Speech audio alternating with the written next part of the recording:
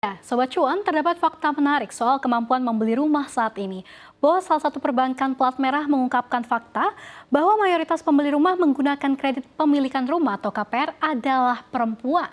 Fenomena ini tentu menandakan suatu kemajuan karena kini perempuan tak harus menunggu calon suami untuk membeli rumah.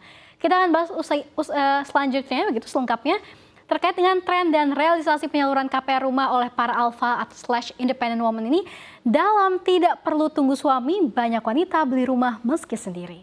Kita ke slide yang pertama.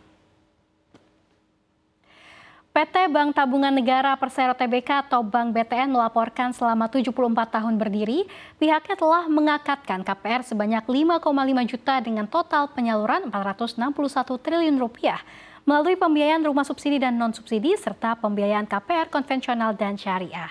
Direktur Utama BTN Nixon Napitupulu mengatakan mengenai realisasi KPR per usia sebanyak 76,7% didominasi generasi milenial dan 23,3% adalah generasi lainnya. Hal ini dianggap menarik karena perumahan ataupun program perumahan ini menjadi program masa depan Indonesia. Nah, kita ke slide berikutnya. Sementara itu, dari sisi pekerjaan orang-orang yang mengambil KPR, realisasinya adalah sebanyak 90,3% dari sektor formal dan sisanya yang berarti 9,7% ini dari sektor informal yang menyalurkan 18 triliun rupiah.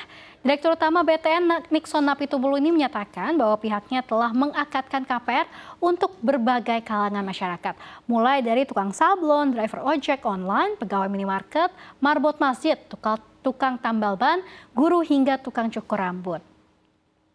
Nah, kemudian Sobat Cuan, di sisi lain kalau kita cermati begitu ya, realisasi KPR per gender ini terdiri dari 67,5% laki-laki, sementara 32,5%-nya adalah perempuan. Dengan realisasi penyaluran untuk gender yang disebutkan terakhir sejak tahun 2020 hingga tahun 2024, yakni sebanyak 173.476 unit rumah atau sekitar 25 triliun rupiah.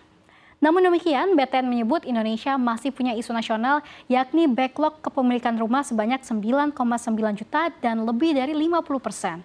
Kajian BTN menunjukkan isu utama perumahan di daerah dari sisi demand, diantaranya masih terkait dengan pendataan kebutuhan rumah dengan sistem by name, by address, serta tumpang tindih peraturan terkait kewenangan penyelenggaraan perumahan bagi masyarakat berpenghasilan rendah. Sedangkan di sisi supply, BTN melihat masih belum adanya sinkronisasi perencanaan tata ruang antara daerah dan juga pusat. Nah, Sobat Cuan, meskipun kini sudah banyak perempuan yang dapat membeli rumah melalui KPR tanpa bantuan orang lain, kita harapkan masalah backlog kepemilikan rumah bisa segera dituntaskan di era pemerintahan Presiden Prabowo Subianto yang rencananya akan membebaskan sejumlah komponen biaya dalam proses pembelian rumah, serta program 3 juta rumah per tahun untuk masyarakat berpenghasilan rendah. Semoga dengan program ini seluruh masyarakat Indonesia dapat memiliki rumah yang baik dan juga nyaman.